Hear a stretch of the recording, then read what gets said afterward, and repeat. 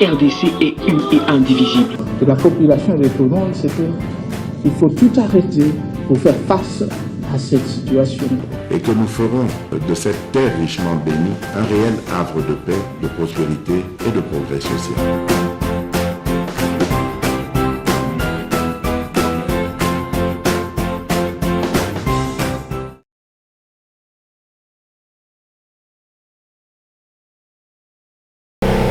Mbote na bino bozali kolanda biso partout à travers le monde to pesi bino merci pour la fidélité paix confiance bo pesi MKBez officiel pour bozala informer merci na bandeko bazali ko soutenir biso na ba forme belé bo trouver ici maloba oyo ebongi na loba na bino merci. Merci pour votre attachement. Merci pour l'amour. Surtout, merci pour l'accompagnement. Nabino, Soki, Binote, Mbele chaîne Nabiso, Tokoki Kokoma, Esika, Tozali, Lelote. Oh, toujours Mata, Mikolo, na Mikolo. Ba nombre ya ba abonné, Bazoba Kisama, c'est grâce à vous. Merci beaucoup. Merci Nabandeko Bazana Lodia. Na katakokombe na lomela topesi bino mbote pour bozo partager ba émission na biso na moni pe sima na yo bato musu pe bazo s'abonner merci beaucoup tokotonga Congo na bolingo tokotonga Congo na kosimba na maboko tokotonga Congo te na division tete kanisa vraiment Congo tala nini yoko kiko sala bolamu pona Congo je crois que ezali eloko ya mutuya l'actualité ezali dominée entre autres na koya ya président français awa déjà lelo bokolanda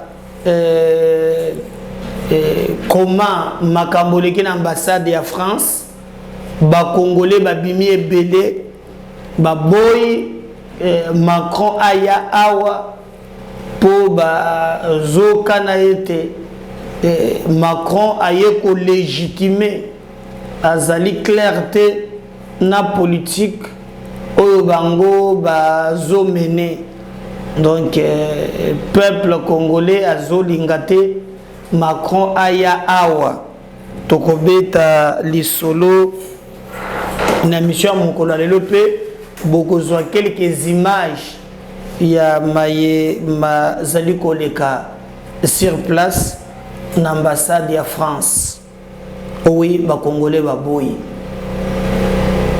tokobeta lisolo na mission mokolo lelo bandeko na ngai na oyo etali vie Jeff Baby Jeff, vous devez pas comprendre comment il a la Jeff Joseph Olengankoy. Yewana a telemi na ibisake bino ke soki botali uta katanga po akutana kina Muyambo akutana kina Katumbi mais kamere muto boyo kuyamba ye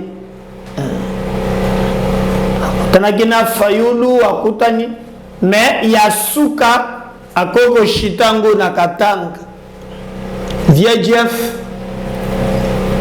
aya la musipe ba dossier mususu la musipe ba dossier mususu ope aya na ba chapitre ne pas tout na mboka ba chapitre beaucoup mwana mikanda o ya komi makambo alobi est-ce que ça clair mutulokola ye bon sensa ezalaka kaka te même ba mindele pe baltala kabiso bakamo kabiso eloko ezai accord ya élection ya 2018 to commune élection ya 2023 yazaka président suivi accord Congolais. Tokolako.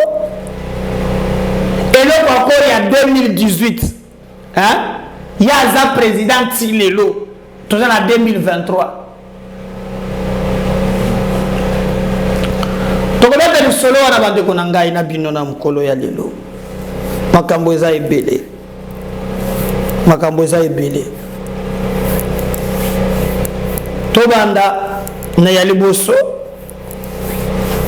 Ezali oyo ezali ko créer ba mitema passe. Boyebi que président français il fallait Emmanuel Macron. Mais quand il faut tenir point de presse na Élysée pour na kolobela quand même situation générale au politique et Afrique France a mené et parmi bamboka o ya ko lobika ko visiter République démocratique du Congo ezapé na kati na lobaki na tongo wake déjà le fait que Fali accueille Kozwanaye photo et créer problème, il a insulté na ba réseau, vous n'avez pas l'idée. Alors makambo baluki maintenant cette fois-ci par Bayoki Biso nous avons dit qu'il faut qu'il y ait une vraie cible. Parce que Fali c'est un musicien, mais il fallait qu'il y ait une vraie cible. C'est ainsi que les Congolais Bayokani, les Lobakei Liboso et l'ambassade de France,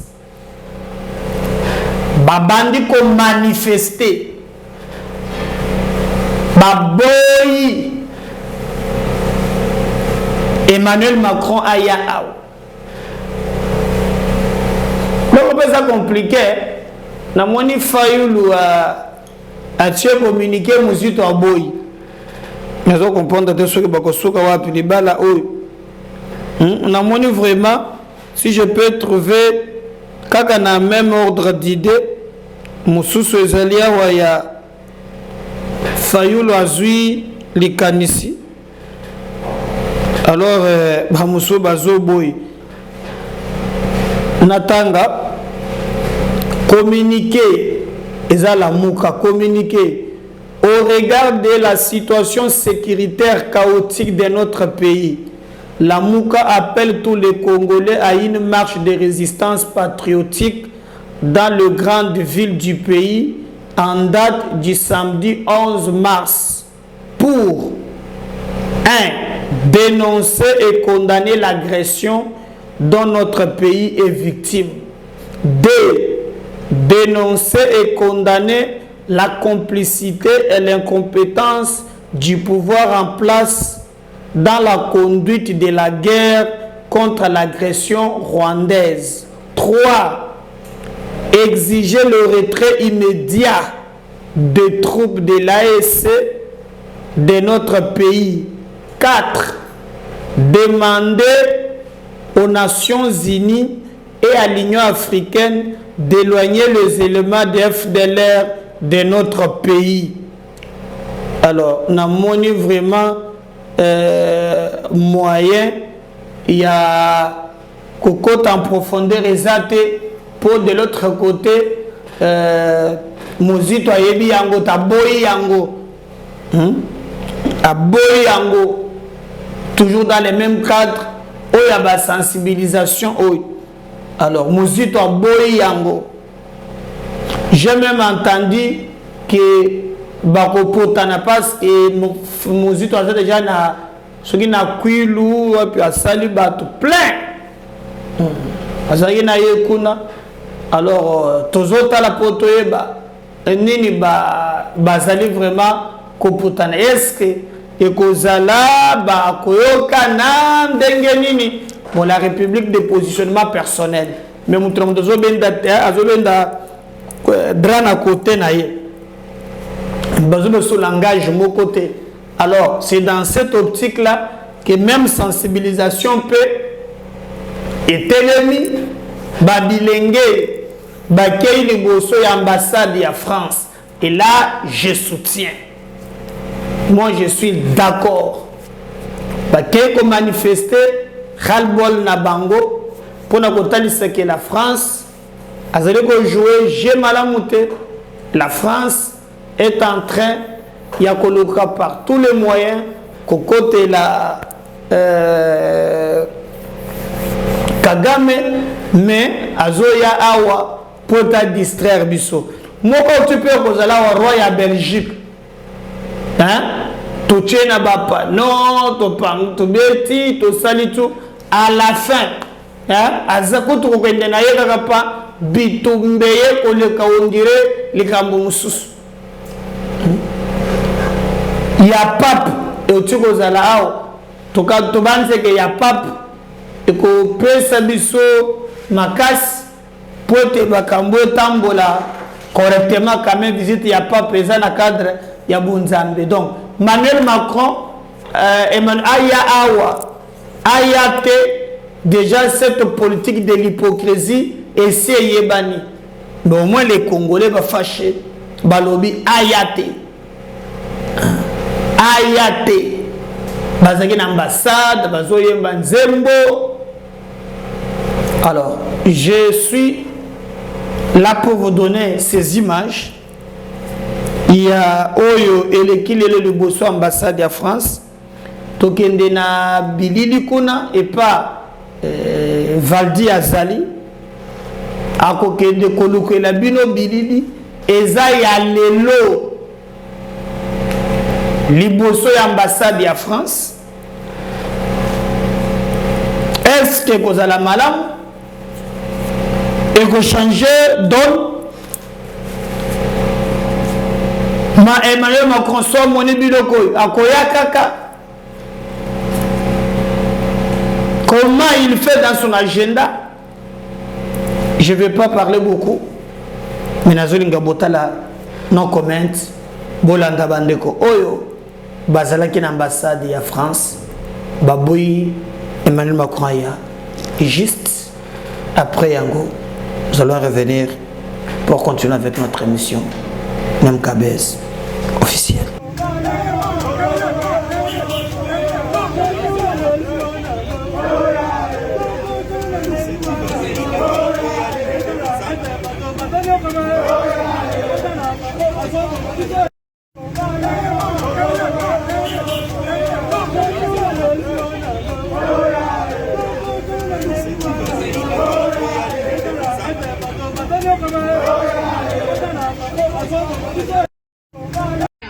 Tu as kukatala arrivé kufika ya President Macron hapa kwetu Kinshasa kumuji wetu ya Kongo.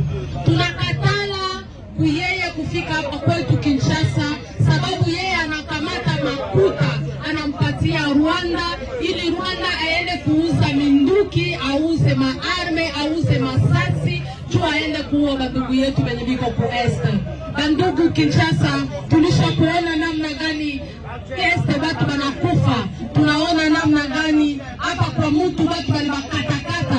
Pepe Kongolezi hatuko baruaji, lakini tunajua Macron yeye ndio baba mwenye na kamata fonga kupatia Rwanda ili sie tukufe. Ndio maana kesho tunabaita bote nyie bote, baba, mama, batoto, bandugu, tukutanane pale kwa ambassade ya France. Inakuwaka pale kusosi mato, tukutanane na 9h saa 9.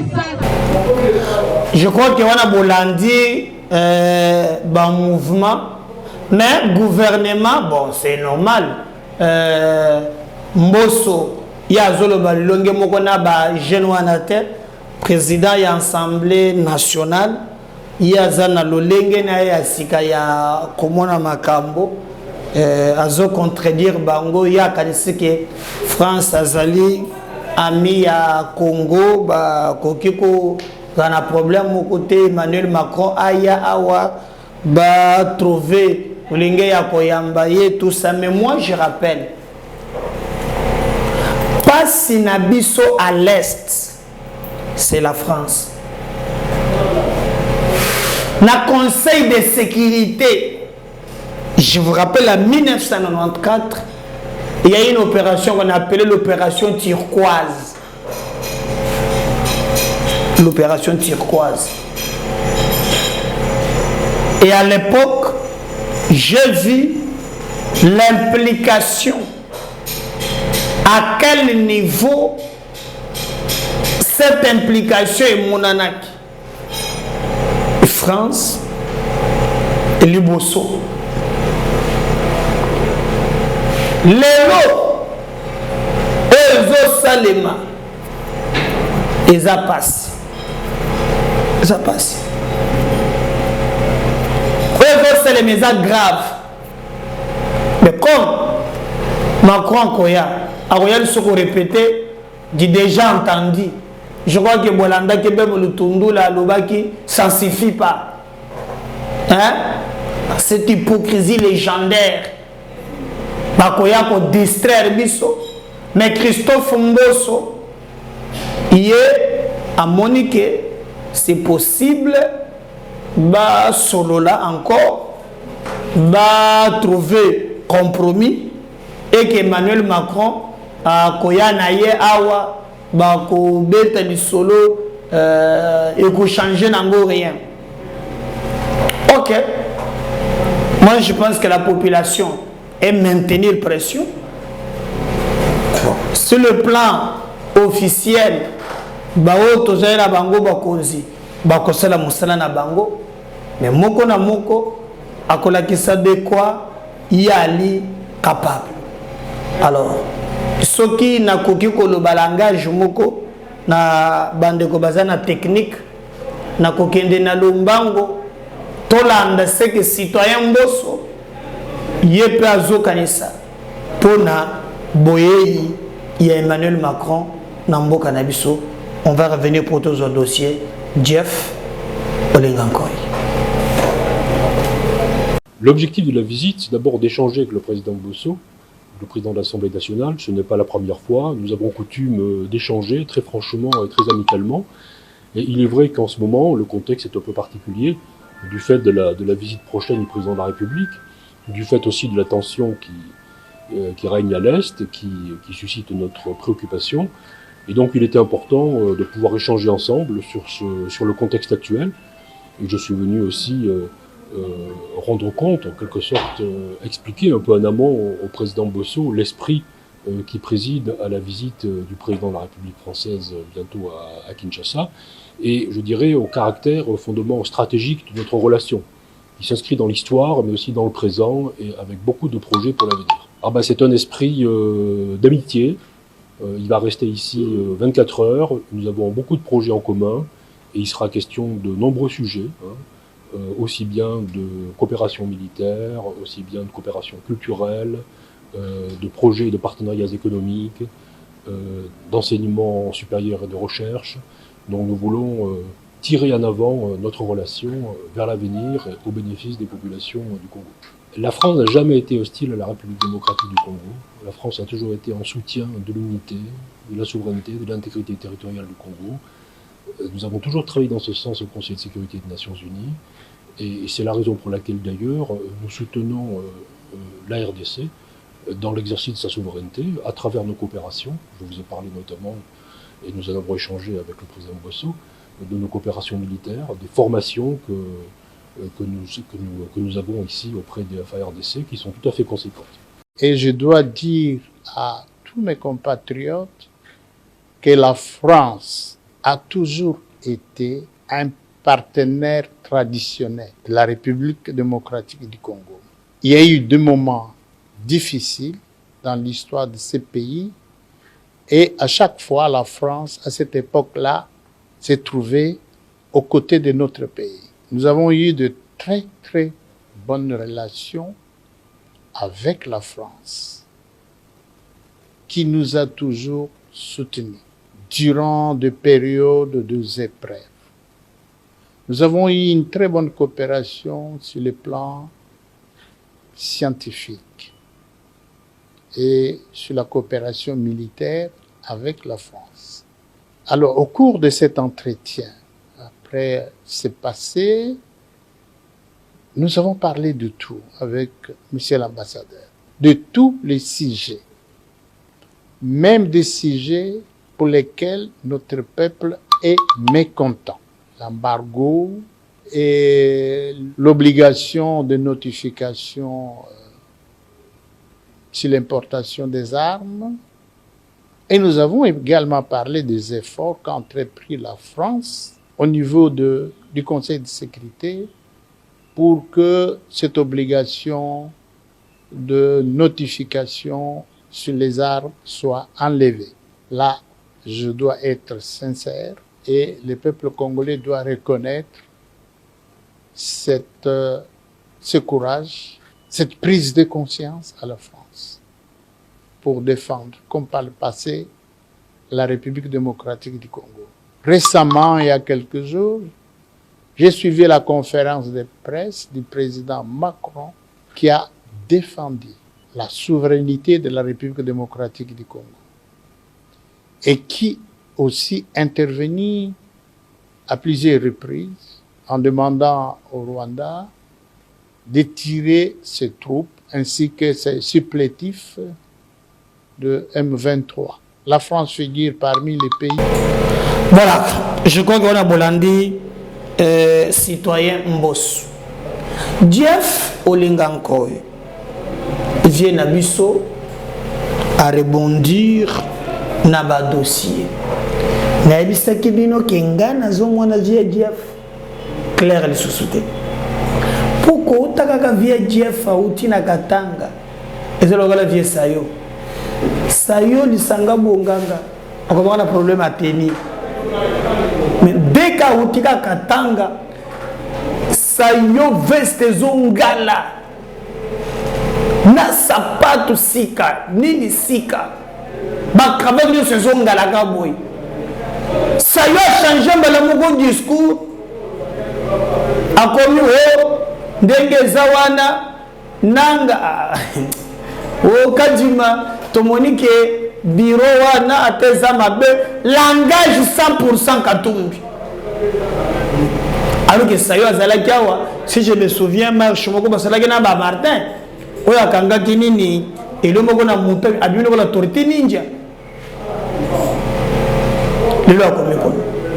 Jeff Olinganko ya utikuna ou a consulter Mouyambu et les autres Basololi aya zongiawa Jeff abandi ba communiquer na ba déclaration Bogo yango sur Rochina Tangela bino nan après on va revenir. Communication du CENSA numéro 016 CENSA/2023 du 28 février 2023. Alors, à l'objet, conformément à l'article 6 de la loi organique numéro 18/023 du 13 novembre 2018 et au chapitre 5-6 de l'accord politique global inclusif du 31 décembre 2016, le Conseil national de suivi de l'accord du processus électoral en sigle CENSA s'est réuni le mardi 28 février 2023 en session ordinaire hebdomadaire dans la salle des réunions 6 immeuble du cinquantenaire, commune de la Gombe, sous la présidence de M. Joseph Olingankoy Mukundi, son président. Plusieurs points ont été débattus, notamment l'adoption et la transmission du rapport issu des consultations avec les forces politiques et sociales au chef de l'État. D. La crise humanitaire consécutive de l'insécurité à la guerre d'agression entraînait des déplacements massifs et populations en Ituri au nord Kivu, dont les chiffres estimés à plus ou moins 850 000 déplacés internes. 3. Le processus électoral en cours, enrôlement, identification des électeurs. Après débat et délibération, Le CNSA recommande ce qui suit. 1. Au sujet de son départ sur la consultation adoptée par le plénière du 14 février 2023, le CNSA tient à informer l'opinion, tant nationale qu'internationale, qu'étant donné que la primaire est réservée au président de la République, chef de l'État, le CNSA communiquera dans les prochains jours par un point de presse les contenus de ces rapports. S'agissant de la situation humanitaire, principalement dans les provinces de l'Ituri et du Nord Kivu, tout en exprimant la solidarité aux compatriotes victimes des injustices, atrocités dues à l'agression de la République démocratique du Congo par le Rwanda à travers les M23 et d'autres mouvements rebelles, le CNSA recommande au gouvernement de la République A. de renforcer davantage l'aide humanitaire au profit des déplacés internes de l'Ituri au Nord Kivu. B.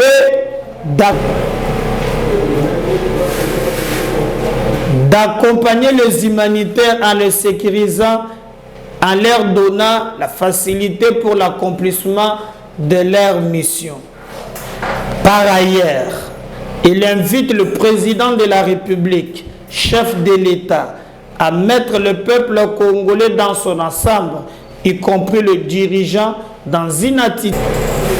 Par ailleurs, il invite le président de la République, chef de l'État, à mettre le peuple congolais dans son ensemble, y compris le dirigeant, dans une attitude nationale de compassion envers nos frères de l'Est, afin que toute la nation se sente concernée par la guerre et à prendre toutes les dispositions pour mettre fin à cette guerre. En outre, le CNSA condamne les actes de violence observés à travers le pays et invite pour ce faire le gouvernement de la République à prendre davantage de mesures en vue de sécuriser leurs personnes et leurs biens. Concernant le processus électoral, le CNSA a le regret de constater que le processus électoral lancé par la CENI depuis la publication du calendrier électoral se déroule en violation flagrante des lois liées au processus électoral, notamment par la découverte des kits d'enrôlement, des cartes d'électeurs et des fiches d'enrôlement vierges auprès des tierces personnes. Le dysfonctionnement de ces centres d'inscription à l'existence des centres d'inscription fictifs ainsi que les violences physiques orchestrées par des milices des partis politiques de tous bords observés dans certains centres d'inscription des électeurs. Ces incidents connus créent une inquiétude dans l'opinion sur la crédibilité du processus électoral.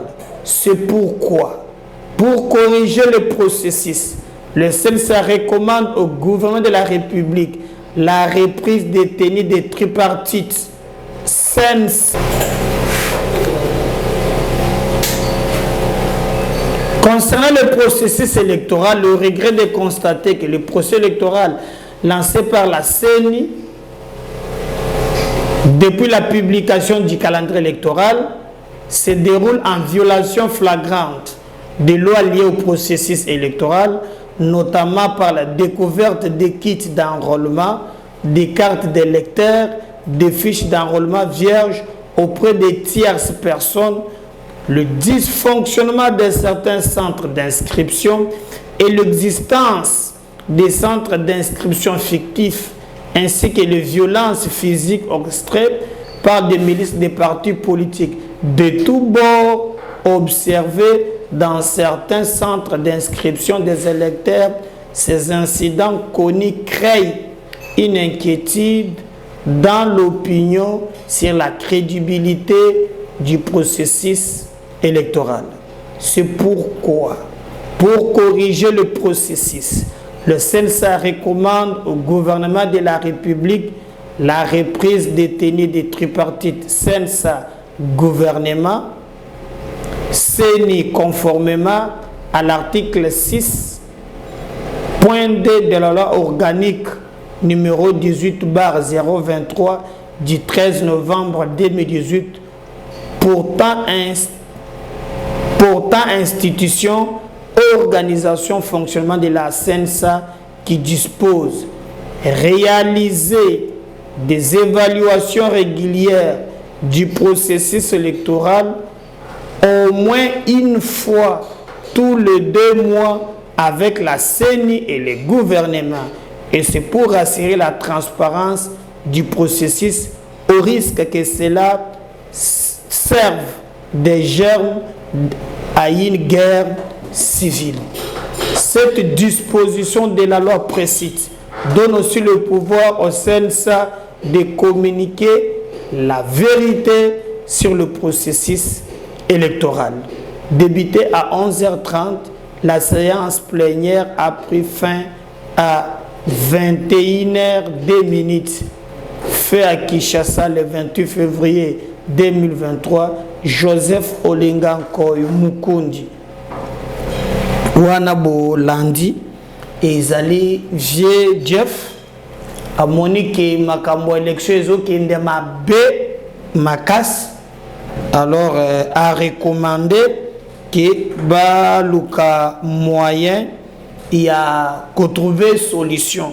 Alors solution ezani pour naye ba sala vraiment nyonso oyo ezali na disposition, il y a manso maleki afin que tripartite ezonga, et puis à lobby a monique makambo ya élection ezokende mabe pona nini vieje falobi eza déjà na batu mususu to monaki yango la fois passée député moko azokende chekapa na mutuka na eza na machine à voter aza pe na ba carte vierge. Alors arrivé na niveau chekapa accident na accident wana ni salami kuna bayo kawo ye azate bafongola mutuka bakuti machine bakiti ya seni eza wana na biloko na kati. Alors et pesaki bato mwa mingi mituna sur crédibilité il y a processus électoral. Alors vieux Jeff aye nango atiango mbala moko na communiquer babandi pe réunion 13h le nga so ibiete eye ko sila na 21h achena de likolo po mona kaka keno ya eza solo esalamaki Jeff. Donc baza numéro eza Jeff eza Olinga Nkoy eza Roger Lumbala je me rappelle zo zanganga azaka na France de bakanga yesi tala mukolo ogena réussir ko sala nini ko sumba bambala ba pomme de terre. Donc via zappé kuna. Donc Jeff a la qui s'y regrette, et d'ailleurs mais vous allez comprendre qu'au finish il y a un problème, il y a choqué pour un lobby et sengeli bazongi sa tripartite pour la suivi, mais élection il faut ça la suivi et les élections en 2018 Jeff tout comme en 2023 afin de que la CNSA libérée na vie ndé na zo monem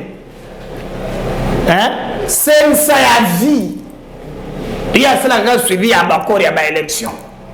Donc surtout comme 2028 il y a la CNSA à la déléguée ba élection toute la paix serait à tapona libanda ndenge bato baselo ko mona pe biso ça faut aussi partir na image ya mboka tokola baka mususu ezo sonner bien te semi babenga ye basalo bako sala pona ye po ya lobi akobande soko ko communiquer régulièrement na mayematali élection alobi aza déjà na mobeko ya tangi wana ezali institué pe kopesa fonctionnement na sensa donc ba pe na pouvoir ya ko sala par tous les moyens afin que makambo nyonso etambola correctement. Alors tozali wana vraiment pona ko yebisa bino ke MKB officiel azolandela likambo wana de près pe bokomona dans quelles conditions makambo évoluer. Mais processus électoral en tout cas ezali lancé. Le président de la République a assuré bato na etali organisation na fonctionnement bato bayoki malentendu moko balobi non, il a dit que à cause ya guerre élection cause la non, il a juste alerté mais il changeait le côté pour na kolobate que élection et cause la c'est faux et archi faux et archi faux. Au contraire na moni bato bazolo ba il a menti na Genève pour le bureau détenu d'opinion basate alors bongo ya zanani bayeko cité bongo ya zanani kabunda batie dimi na moni batie batebele baza banani. Alors ce qui otangi bien peu oyoki Félix a précisé la communication na à lobby. Il y a des politiciens où ça va commettre infraction à droit commun. Bazate en dehors au-delà il y a Mubeko. Et donc je vais na Singapour na moni sale polémique moi mingi tout religieusement le président et on va revenir pour continuer na émission Nabiso. Les arrestations et détentions arbitraires à motivation politique. Pour tout dire, mon pays a été plongé dans une insécurité et une instabilité chronique qui l'ont isolé du monde, terni son image et compromis la conduite des politiques efficaces et réussies de son développement. Face à ce lourd héritage des régimes précédents, j'ai, dès mon accession à la magistrature suprême de la République démocratique du Congo, placer la protection et la promotion des droits de l'homme et des libertés fondamentales parmi les priorités de mon mandat et de l'action du gouvernement de la République. À cet effet, j'ai pris les mesures suivantes: la fermeture de tous les lieux de détention illégaux et secrets des services de sécurité et des offices de police judiciaire, la libération de tous les détenus et prisonniers politiques. Il n'y a plus aujourd'hui dans mon pays de Congolais arrêtés, détenus ou emprisonnés pour leurs opinions ou appartenances politiques, à ne pas confondre bien entendu avec des politiciens poursuivis pour infraction de droit commun. La libéralisation des espaces des manifestations publiques, des libertés d'opinion, de pensée et d'information, avec pour objectif plus jamais de manifestations non violentes réprimées, ni de manifestants pacifiques poursuivis et tués, même dans les lieux de culte, comme on a pu le voir en République démocratique du Congo par le passé.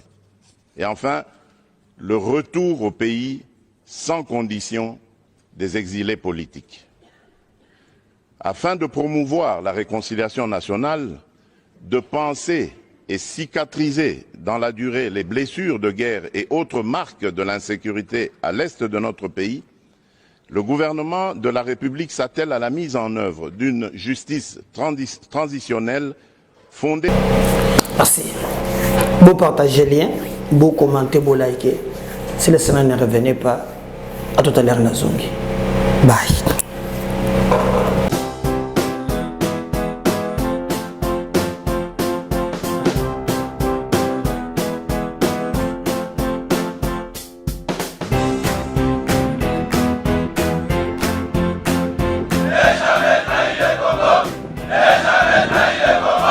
La RDC est une et indivisible. De la population et de tout le monde, c'est qu'il faut tout arrêter pour faire face à cette situation. Et que nous ferons de cette terre richement bénie un réel havre de paix, de prospérité et de progrès social.